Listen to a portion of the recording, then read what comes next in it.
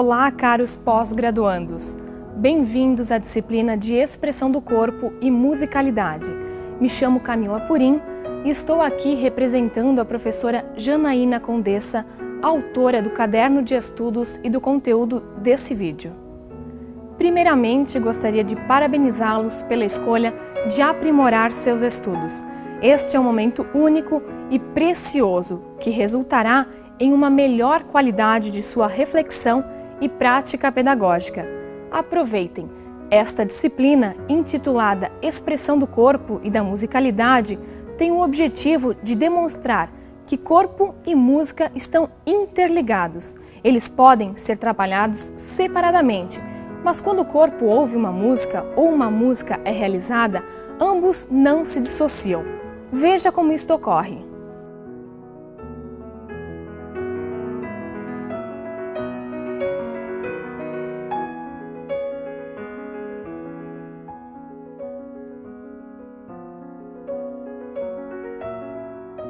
Neste caso, a criança ouve a música e o corpo responde a seus estímulos. A respiração se modifica, o corpo modifica sua temperatura e suas emoções transparecem. Você já parou para pensar como a música está presente no cotidiano das pessoas? Há várias pessoas que vão a shows e deliram quando os músicos começam a cantar. No trabalho, as pessoas acabam ligando o rádio ou um aparelho de som para ouvir música. Nos filmes ou novelas, a música retrata o tom da cena. Algumas pessoas têm o hábito de ligar uma música para se acalmar. Outras passam o dia conectados à música através de celular, MP3 e outros aparelhos eletrônicos. Da mesma forma, quando alguém realiza uma música através de um instrumento musical, por exemplo, o corpo reage aos sons e às sensações provocadas por eles. Você já observou uma orquestra se apresentando? Caso sim, então você deve ter observado toda a expressão corporal dos músicos ao tocar determinadas canções. Entre no site do YouTube e procure pela homenagem à Legião Urbana, feita pela Orquestra Sinfônica Brasileira, OSB, no Rock in Rio 2011. Você irá se maravilhar com essa apresentação. Preste atenção aos movimentos dos músicos ao tocarem seus instrumentos. A música reage no nosso organismo, seja nos ouvintes ou nos próprios músicos. Assim, no decorrer do nosso caderno de estudos, iremos compreender o corpo musical, tanto na sociedade, na educação e na motivação. Para esse vídeo, conversaremos um pouco sobre o corpo musical, as relações entre a música e a sociedade, as relações entre a música e a educação. A música esteve presente na sociedade desde a antiguidade.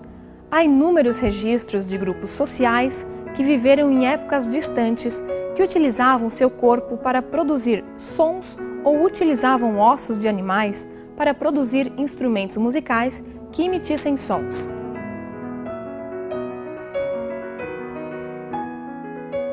Com o passar do tempo, do acesso à informação e os avanços tecnológicos, surgiram inúmeros instrumentos musicais e melodias para embalar grupos de pessoas. Então, podemos afirmar que o ser humano vive de forma única e individual, mas a música o torna coletivo quando ele passa a gostar de determinados grupos musicais.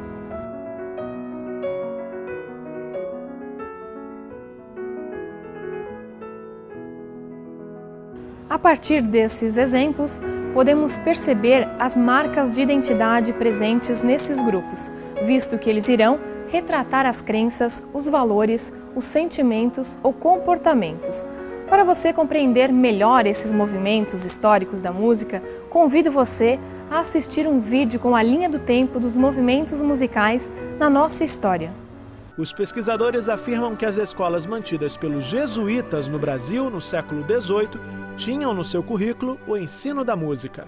A educação musical, o ensino da música no Brasil é muito antigo, ou seja, vem desde a colônia. Nos seminários de Recife, de Olinda, desculpa, né, o curso de música já existia em forma de canto orfeônico. O termo canto orfeônico seria uma homenagem a Orfeu, que na mitologia grega era um talentoso músico. O canto orfeônico tornou-se muito popular na França no século XIX, porque era uma atividade obrigatória nas escolas municipais de Paris. O canto orfeônico tinha a base no canto coletivo e trabalhava a educação musical através desse canto coletivo, né? O canto orfeônico foi o maior processo, o maior movimento de educação musical que o Brasil já teve. Isso foi feito durante muito tempo pelos jesuítas, porque a matéria canto orfeônico era obrigatória. Mas foi em 1854 que um decreto federal regulamentou o ensino de música no país. Na primeira metade do século XX, o maestro Heitor Villa-Lobos foi o responsável por difundir os ideais nacionalistas por meio da educação musical.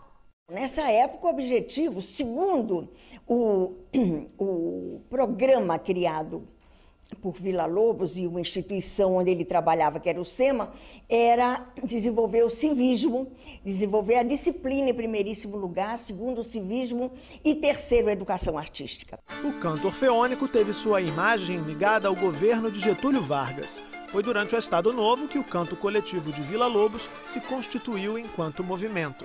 Tirando esses entraves políticos e esses problemas que estavam relacionados à ditadura militar, o canto orfeônico conseguiu abranger uma grande quantidade de pessoas. Então, ou seja, as escolas tinham aula de música, né? E as pessoas falam, né? Eu tenho algumas pessoas que foram alunos na época dizem: eu tenho saudade do canto orfeônico porque no canto orfeônico a gente fazia música. Com Villa-Lobos a gente ensaiava, cantava 2 vozes, 3 vozes. Eu fui da época das concentrações no Campo do Vasco, nunca frequentei, mas de qualquer maneira via as concentrações Villa-Lobos e ia regendo o Instituto da Educação. O canto orfeônico esteve presente nas escolas brasileiras até o final da década de 1960. Segundo a pesquisadora Rosa Fuchs, diversos motivos levaram ao enfraquecimento do movimento. Você tem um movimento muito importante na parte cultural do Brasil, do mundo todo, e no Brasil em particular, que é o que a gente chama de contracultura. Em 1970, uma nova lei trouxe a educação artística para o currículo escolar, estabelecendo a prática da polivalência. Com isso, o professor era responsável por todas as artes, uma medida que causou impacto no ensino da música nas escolas. Isso, em algumas partes do país, provocou com que um esvaziamento da prática musical nas escolas. Com a Lei de Diretrizes e Bases de 1996, o ensino de arte é estabelecido como componente curricular obrigatório. 12 anos depois, esta mesma lei é alterada. O ensino de arte insere obrigatoriamente o ensino de música. Agosto de 2011 é, portanto, o prazo limite para que toda escola pública e privada do país inclua o ensino de música em sua grade curricular.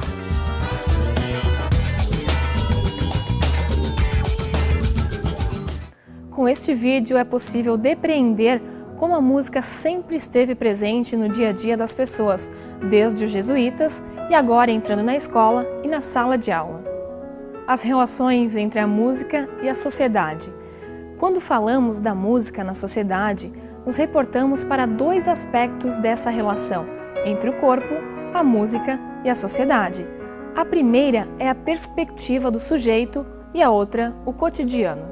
Claro que não podemos separar de forma tão fragmentada esses conceitos, pois ambos se complementam.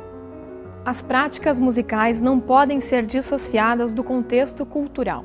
Cada cultura possui seus próprios tipos de música totalmente diferentes em seus estilos, abordagens e concepções do que é a música e do papel que ela deve exercer na sociedade.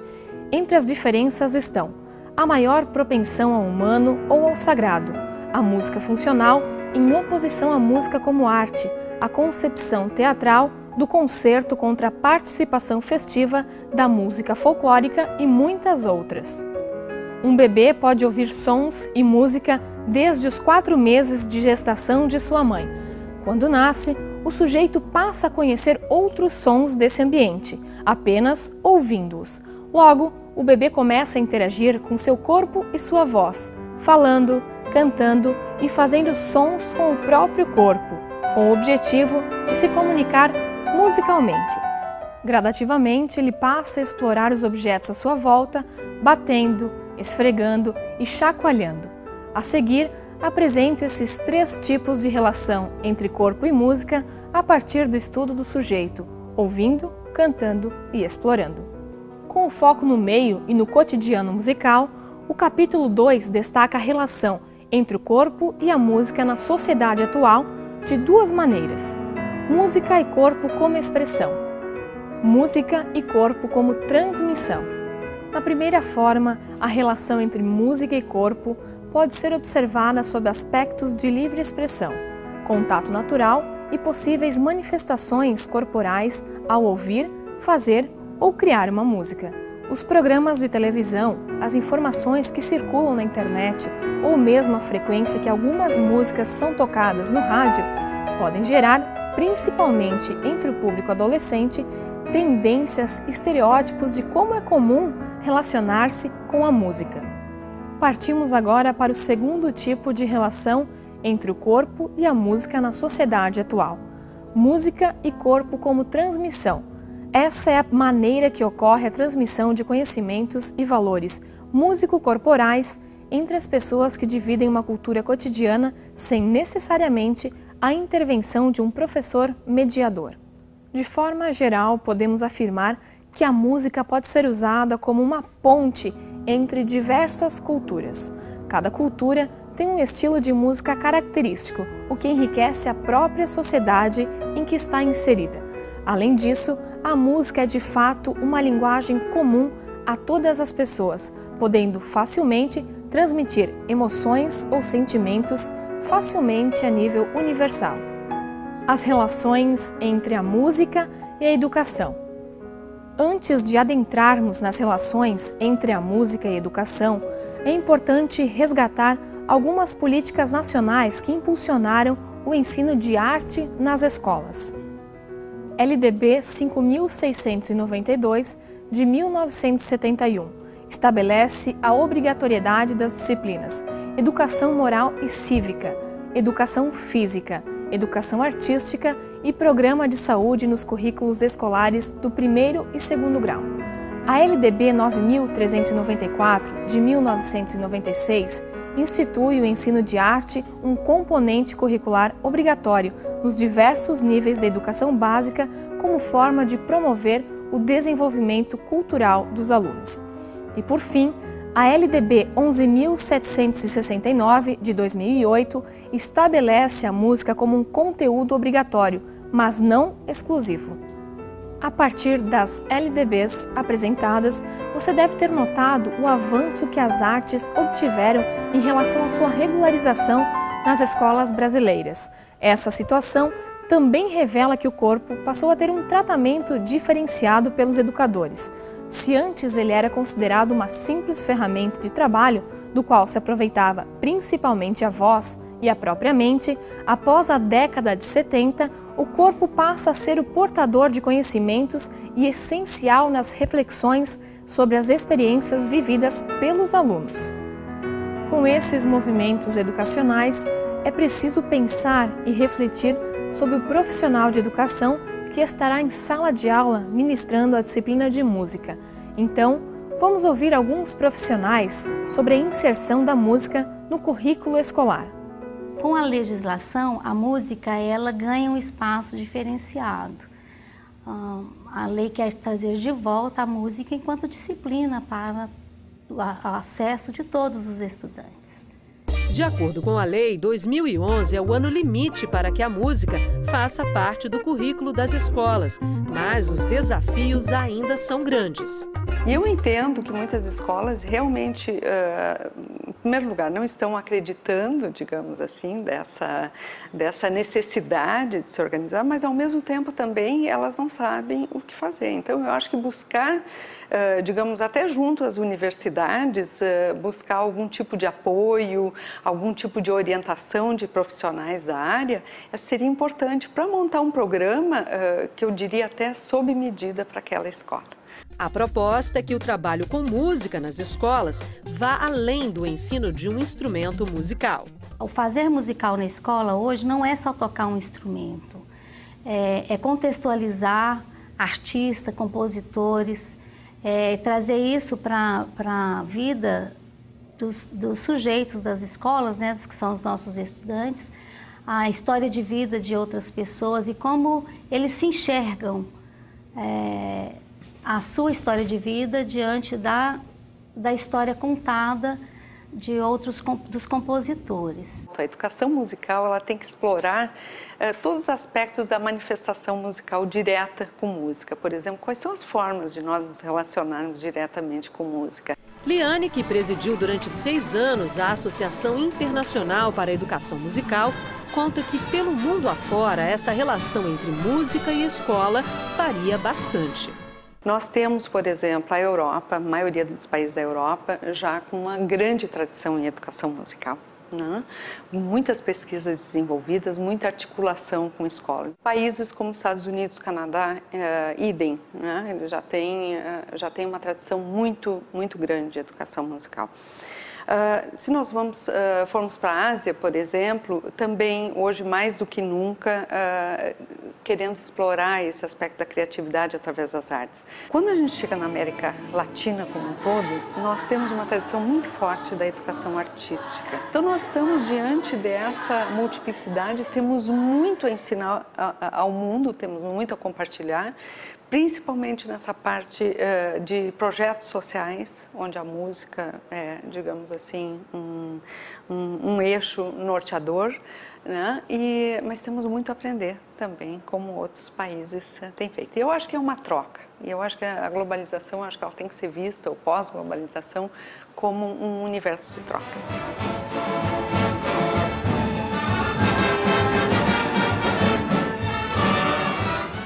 Sendo assim, pense no papel do corpo musical na escola e de que formas as diferentes funções da música se refletem nesse corpo ativo em sala de aula.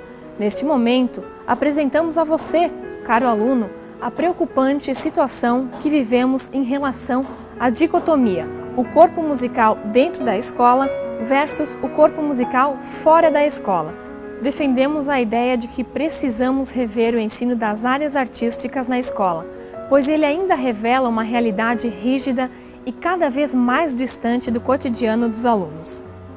Bem, depois de você conhecer a história da música no nosso país e ouvir alguns profissionais da música que apresentam as facilidades e fragilidades do ensino de música, você deve estar se perguntando: como trabalhar a música em sala de aula? Para responder este questionamento, vamos conhecer a Escola Dom Pedro II, no Rio de Janeiro. Com este vídeo, temos o objetivo de levar você, pós-graduando, a refletir sobre a relação da música e o espaço escolar. O Colégio Pedro II tem tradição no ensino musical. A história conta que o compositor Heitor Villa-Lobos tinha o costume de vir aqui ensaiar com os alunos. E hoje, o salto para o futuro veio ver de perto a relação entre a música e essa escola.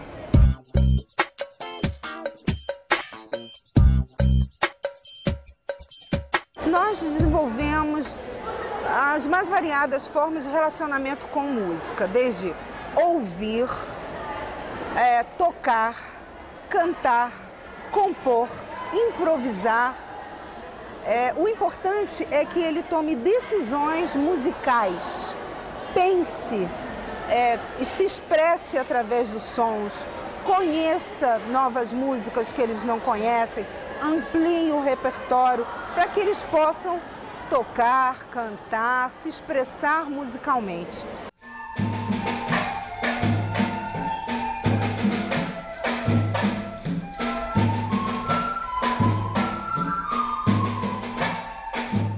Qual é o papel da música na formação dos alunos? Bom, a música é mais uma forma de linguagem, né? A gente pensa a música como linguagem, então é muito importante que o aluno tenha também esse recurso de saber lidar com uma linguagem artística, né? Saber se expressar, saber usufruir dessa linguagem artística. Música é minha matéria favorita aqui no colégio, porque a gente interage muito na sala com a professora.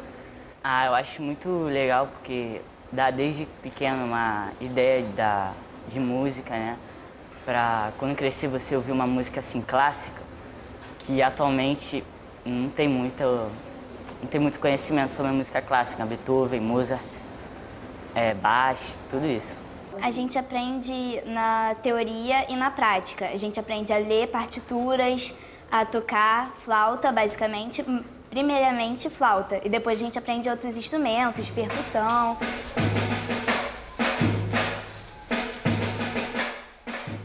Então a música é incentivada, nós damos a eles aqueles meios, né, que nós tivemos, nós propiciamos os meios necessários a que eles possam realmente fazer um trabalho de qualidade. Isso extrapola a sala de aula, porque eles passam a fazer música nos corredores, trazem seus instrumentos, criam grupos. Ano passado, de uma atividade nossa, surgiu um grupo de samba que já está se profissionalizando. Nós temos baterias de escolas de samba que saem no Maitá. Então, é uma diversidade muito grande. Eu acho que o grande lance é aproveitar as curiosidades pela música e fazer com que eles tenham mais consciência sobre isso, né, nas escolhas musicais deles, né, em que eles possam ver que a música é uma coisa muito ampla, né, muito diversa, e apropriar dessa linguagem para eles poderem se expressar, poderem, né, incorporar a música de uma forma bem mais ampla na vida deles, né.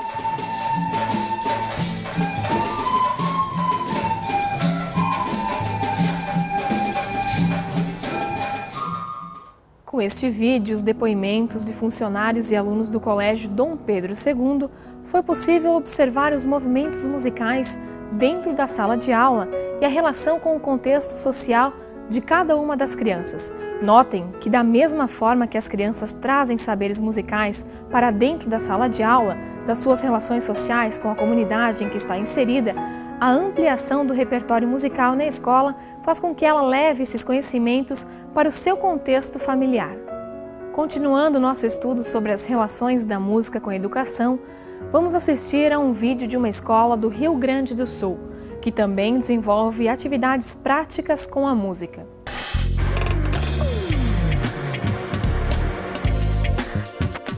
Essa aqui é a comunidade Lomba do Pinheiro, onde fica a Escola Municipal de Ensino Fundamental Heitor Villa-Lobos. A escola tem a música no currículo e é sede de uma orquestra que tem o nome do grande maestro brasileiro. A orquestra a gente vai conhecer no programa de quarta-feira, mas agora a gente conhece a escola.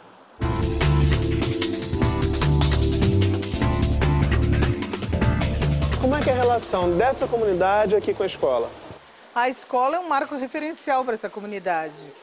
Até por eles não disporem de espaços culturais e praças, muitas praças, aqui é onde tudo acontece. Além da questão formal da aprendizagem, tem também as inter-relações, né, as amizades, a sociabilidade deles. Na comunidade tem escola de samba, as crianças desfilam desde pequenininhos, os pais saem na ala de compositores, os pais são da direção.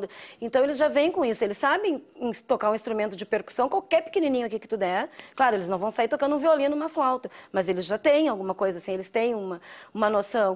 A escola recebe o nome de um dos maiores músicos da história do Brasil, o maestro Heitor Villa-Lobos.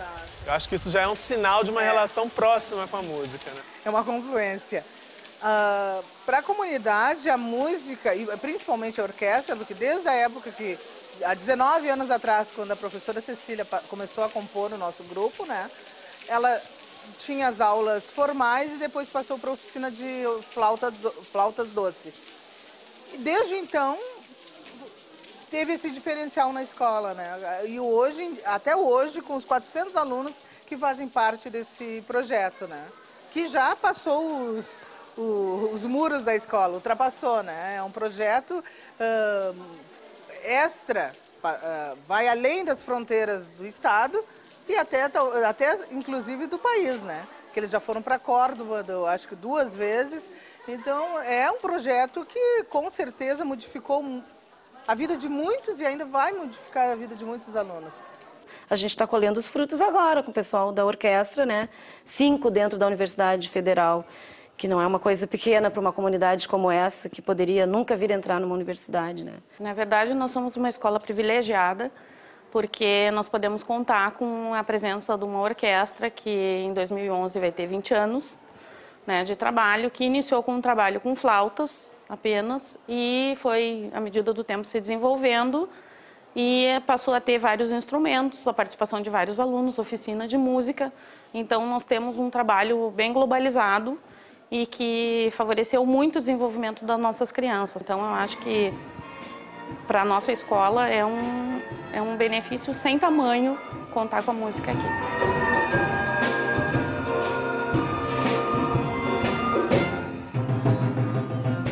Eu não consigo ver alguém sem música, né? E para mim, como eu digo para os alunos, eu que já tive uma rádio dentro da escola, uma rádio informal no recreio, e eles vibram muito com essa questão da música. O que é a música boa? É a música que tu sente, tu aprecia.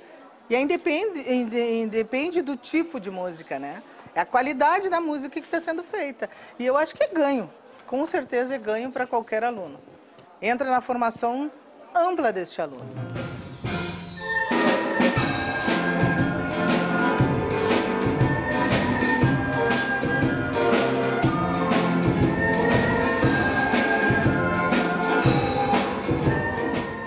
Por toda essa realidade é que propomos a você repensar tudo o que estudamos nos capítulos anteriores. Chegamos ao capítulo 4 e agora você irá criar a sua própria proposta pedagógica para a disciplina ou conteúdo que logo você irá lecionar, a expressão do corpo e da musicalidade.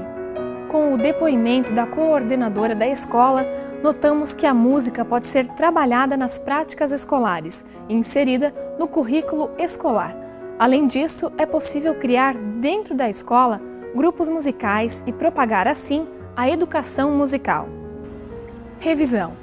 Neste vídeo conversamos sobre as relações da música no nosso cotidiano e como a música está presente nas diversas práticas sociais. Viajamos através da história para compreender toda a história musical e, com isso, compreender as políticas públicas de inserção da música no contexto escolar.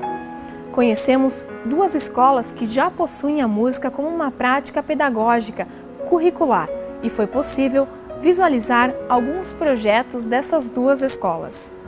De forma geral, compreendemos que atualmente é urgente a disseminação de novas práticas e pensamentos educacionais. Nós, educadores, devemos estar atentos ao cotidiano e ao interesse dos alunos, no sentido de nos aproximarmos de sua realidade e de alargarmos seu conhecimento sobre a expressão do corpo e da musicalidade. Pense, reflita, estude e prepare uma proposta inovadora e próximo de sua realidade. Bom trabalho!